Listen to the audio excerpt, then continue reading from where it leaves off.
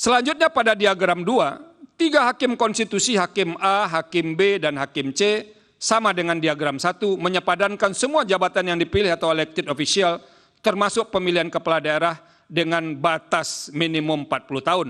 Artinya ketiga hakim tersebut memasukkan semua jabatan yaitu presiden, wakil presiden, anggota DPR, anggota DPD, anggota DPRD, gubernur, wakil gubernur, bupati, wakil bupati, wali kota dan wakil wali kota sebagai padanan alternatif usia minimal 40 tahun.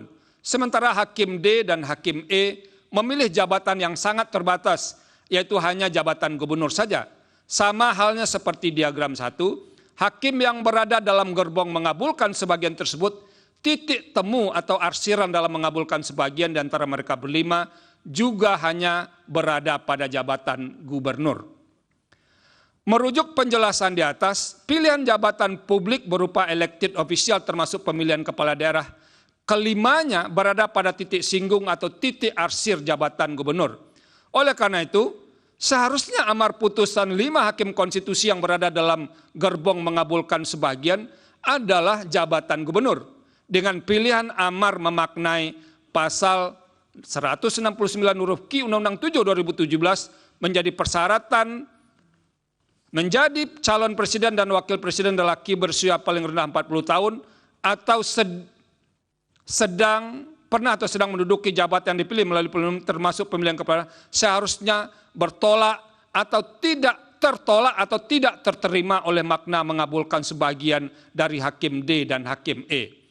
Artinya dengan menggunakan model arsiran Venn di atas, amar putusan aku menyatakan persyaratan menjadi calon presiden dan wakil presiden adalah Q berusia paling rendah 40 tahun atau pernah sedang menduduki jabatan yang dipilih melalui pemilihan umum termasuk pemilihan kepala daerah sesungguhnya hanya didukung oleh 3 hakim konstitusi saja.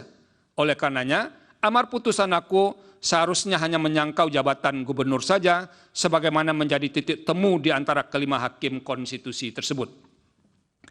Berkenaan dengan pilihan amar tersebut, perlu saya tambahkan ketika pembahasan di RPH, titik temu atau arsiran termasuk masalah yang menyita waktu dan perdebatan. Karena perdebatan yang belum begitu terang terkait masalah amar tersebut, ada di antara hakim konstitusi mengusulkan agar pembahasan ditunda dan tidak perlu buru-buru serta perlu dimatangkan kembali hingga Mahkamah in casu 5 hakim konstitusi yang berada dalam gerbong mengabulkan sebagian benar-benar yakin dengan pilihan amar putusannya. Sekalipun RPH ditunda dan berlangsung lebih lama bagi hakim yang mengusulkan ditunda, hal tersebut tidak akan menunda dan mengganggu tahapan penyelenggaraan pemilihan in casu tahap pemilihan presiden dan wakil presiden.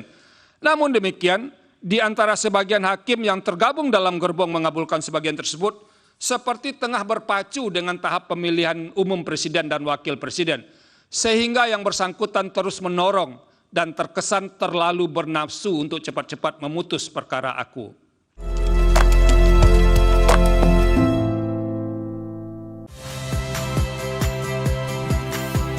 Saya Iriana Mardanus, saksikan program-program Kompas TV melalui siaran digital, pay TV, atau media streaming lainnya. Kompas TV, independen, terpercaya.